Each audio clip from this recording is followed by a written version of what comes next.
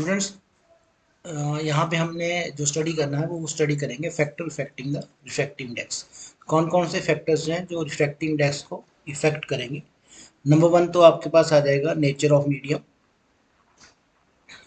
Nature of medium.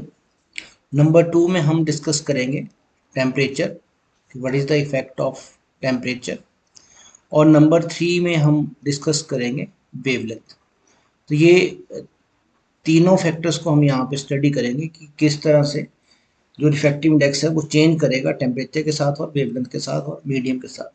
तो पहला हम स्टडी करते हैं कि मीडियम के साथ वो किस तरह से चेंज करेगा। तो जिस मीडियम में जो स्पीड ऑफ लाइट जो है वो स्लो होगी, तो less the speed of light, less the speed of light, speed of light, more is the diffractive index. Speed of light in medium as compared to air.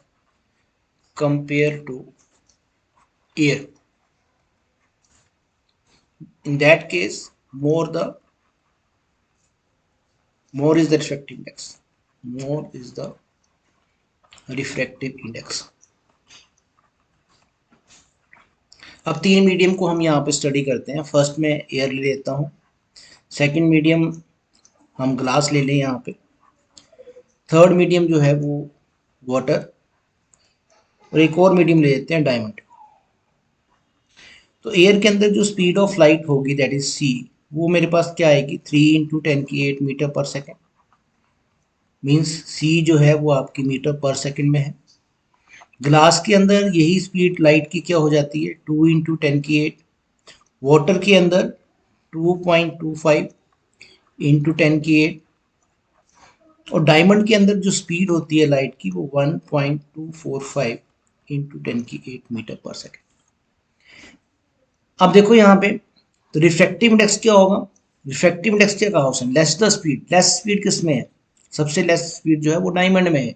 It means diamond का refractive index जो होगा वो greater होगा किससे, glass से, और glass का greater होगा वाटर से, और वाटर का रिफ्रैक्टिव इंडेक्स जो होगा वो ग्रेटर होगा किससे, एयर से। तो अगर आप यहाँ पे रिफ्रैक्टिव इंडेक्स की वैल्यू निकालना चाहते हैं तो रिफ्रैक्टिव इंडेक्स मेरे पास क्या होता है C/V। तो यहाँ पे C कितना आएगा, C मेरे पास 3 × 10⁸ मीटर है पर सेकेंड, और V भी कितना है 3 × 10⁸। इट मीन्स यहाँ पे रिफ्रैक्टिव इंडेक्स कितना आ जाएगा आपके पास 1। तो यहाँ पे क्या आएगा C 3 × 10⁸ अपॉन 2 × 10⁸, जो कि ग्लास के अंदर स्पीड है। तो ये मेरा पास आ जाता है 1.5। तो सेम यहाँ पे अगर मैं वैल्यू पुट करूँ तो रिफ्रैक्टिव इंडेक्स कितना आ जाएगा 1.3, और यहाँ पे रिफ्रैक्टिव इंडेक्स कितना आ जाएगा 2.41। तो ये जो है वो रिफ्रैक्टिव इंडेक्स है एयर के अंदर। तो रिफ्रैक्टिव इंडेक्स ऑफ एयर जो होगा वो 1 होगा, ग्लास का 1.5, वाटर का रिफ्रैक्टिव इंडेक्स 1.3 और डायमंड का 2.41। तो सबसे ज़्यादा रिफ्रैक्टिव इंडेक्स जो है वो डायमंड का है 2.41, जो कि ग्रेटर है ग्लास के रिफ्रैक्टिव इंडेक्स से, और ये ग्रेटर है आपका वाटर के रिफ्रैक्टिव इंडेक्स से, और ये ग्रेटर है एयर के रिफ्रैक्टिव इंडेक्स से। सेकंड जो हमने यहाँ पे स्टडी करना है वो स्टडी करेंगे टेम्परेचर, कि what is the effect of temperature on the refractive index. With increase in temperature क्या होगा, there is a decrease in refractive index. तो अगर टेम्परेचर आपका इंक्रीज करता है तो रिफ्रैक्टिव इंडेक्स क्या कर जाएगा, डिक्रीज। और क्यों डिक्रीज करेगा, तो टेम्परेचर के इंक्रीज करने से जो आपके पास रैंडम मोशन ऑफ मॉलिक्यूल है या फिर काइनेटिक एनर्जी ऑफ पार्टिकल्स जो है वो क्या कर जाती है, इंक्रीज। इसकी वजह से जो इंटरमॉलिक्यूलर स्पेस है वो भी क्या कर जाएगा, वो इंक्रीज कर जाएगा। और डेंसिटी क्या कर जाएगी, यहाँ पे डेंसिटी डिक्रीज करेगी। या तो आप सीधा कह सकते हो कि जब स्पेस डिक्रीज कर रहा है तो लाइट जो है बहुत इजीली पास हो जाएगी, and there is a very few particles it to interact with the speed of light. तो बहुत कम पार्टिकल्स यहाँ पे होंगे, few particle to interact and for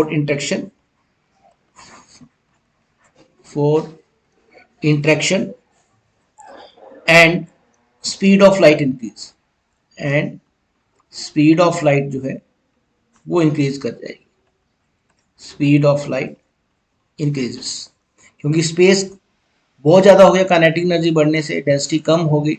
ठीक है, डेंसिटी कम होने से क्या हुआ, नंबर ऑफ पार्टिकल्स जो है एक पर्टिकुलर रीजन में वो आपके डिक्रीज कर गए। तो देयरफॉर बहुत कम पार्टिकल्स होंगे जो कि इंटरेक्ट करेंगे लाइट के साथ, और स्पीड ऑफ लाइट जो है वो इंक्रीज करेगी।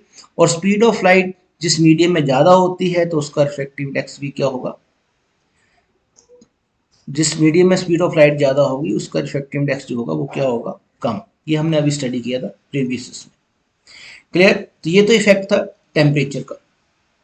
नेक्स्ट जो हमने देखना है वो देखना है वेवलेंथ का, कि वेवलेंथ के साथ रिफ्रैक्टिव इंडेक्स किस तरह से वेरी करता है। तो हमारे पास जो लाइट है वो कितने कलर्स है, उसमें 7 कलर्स हैं। तो उन कलर्स की अगर हम बात करें तो वो हमारे पास क्या है, विवक्योर।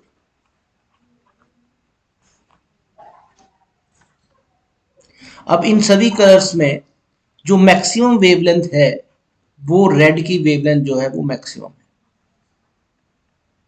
और वायलेट की जो वेवलेंथ है वो क्या है, मिनिमम। तो वेवलेंथ जो है वो इन्वर्सली प्रोपोर्शनल है किसके, रिफ्रैक्टिव इंडेक्स के। तो इट मीन्स जो रिफ्रैक्टिव इंडेक्स होगा वो रेड का रिफ्रैक्टिव इंडेक्स जो होगा वो मिनिमम होगा, और वायलेट का रिफ्रैक्टिव इंडेक्स जो होगा वो मैक्सिमम होगा। तो रिफ्रैक्टिव इंडेक्स जो है वो इन्वर्सली प्रोपोर्शनल है वेवलेंथ के। तो वेवलेंथ ऑफ रेड लाइट जो है वो ग्रेटर होगी किससे, वायलेट से। तो रिफ्रैक्टिव इंडेक्स जो होगा रेड का वो लेस होगा रिफ्रैक्टिव इंडेक्स ऑफ वायलेट। अगर यहीं पे हम स्पीड की बात करें तो स्पीड इन मीडियम जो है वो इन्वर्सली प्रोपोर्शनल है किसके, रिफ्रैक्टिव इंडेक्स के। तो म्यू रेड का मिनिमम है, तो जो रेड लाइट की जो स्पीड होगी यहाँ पे वो क्या होगी, मैक्सिमम। वायलेट की जो स्पीड होगी यहाँ पे वो क्या होगी, मिनिमम। तो डिफरेंट कलर्स का आप यहाँ पे वेवलेंथ और रिफ्रैक्टिव इंडेक्स और स्पीड आप बता सकते हैं। तो अगर मैं यहाँ को मूव करूँ ऊपर की तरफ को, तो यहाँ पे वेवलेंथ क्या कर रही है, वेवलेंथ इंक्रीज कर रही है। अगर मैं ऊपर की तरफ को मूव करूँ तो रिफ्रैक्टिव इंडेक्स क्या कर रहा है, रिफ्रैक्टिव इंडेक्स डिक्रीज कर रहा है। और अगर मैं वायलेट से रेड की तरफ को मूव करूँ तो स्पीड आपकी क्या कर रही है, वो इंक्रीज कर रही है। क्लियर। तो ये ऑर्डर में आप लिख सकते हैं, इंक्रीजिंग ऑर्डर ऑफ वेवलेंथ या decreasing order of wavelength. Thank you students.